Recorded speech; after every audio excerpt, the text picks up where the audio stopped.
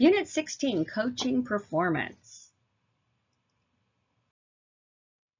Coaching is a way to deliver training and foster professional development and is crucial to retaining good personnel and reducing turnover. The manager's job is also about the elements of personnel management that affect continuing employment decisions and hold people accountable for doing the jobs for which they've been hired. The goal of human resource management is to forge a psychological contract between the company and the individual workers. The performance of a worker is directly related to the performance of the manager, which means that the company is ultimately responsible for upholding its end of the contract and removing obstacles that hinder performance. That contract is especially significant when supervising independent contractors, which is considerably different than supervising employees. Performance management is based on a performance criteria, which must be clearly related to the job and measurable or quantifiable so that people know exactly what's expected of them, and then using the criteria to monitor performance and make personnel decisions. Personal business plans may reflect the job performance standards as well. The process of developing performance criteria and the continuing feedback managers provide is as important as the end result of the written words. People deserve the company's acknowledgement of their efforts or performance incentives, which can be provided in a variety of ways, each of which has certain advantages and disadvantages. The basis of performance appraisals or reviews is the performance criteria or the standards that were developed, and it generally involves a two-step process. First, rating performance, and then performance review.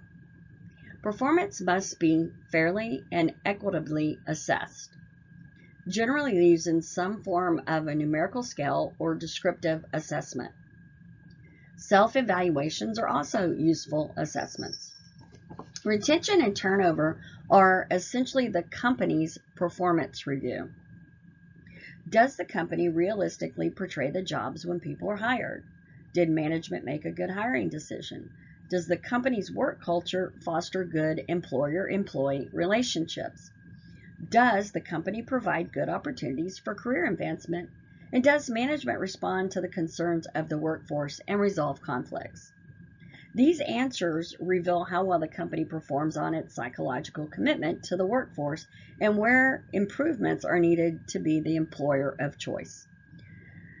Resignations effectively say the company has failed to deliver on its commitment.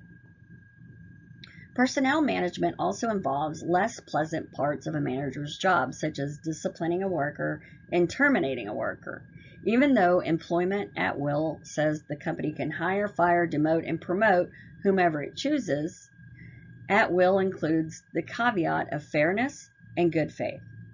Disciplinary and termination events require methodical and well-documented procedures to protect the worker from unfair or biased treatment and the company from litigation.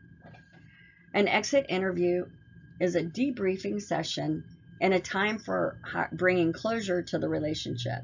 These interviews, when conducted properly, provide extremely useful information for the company to evaluate its operations and personnel management procedures.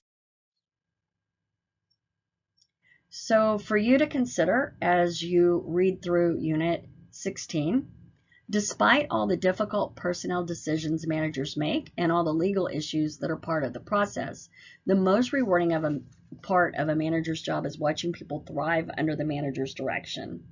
The coach, teacher, and counselor part of the job is as energizing for the manager as it is for the people being supervised. I hope you enjoy this unit and good luck on your quiz.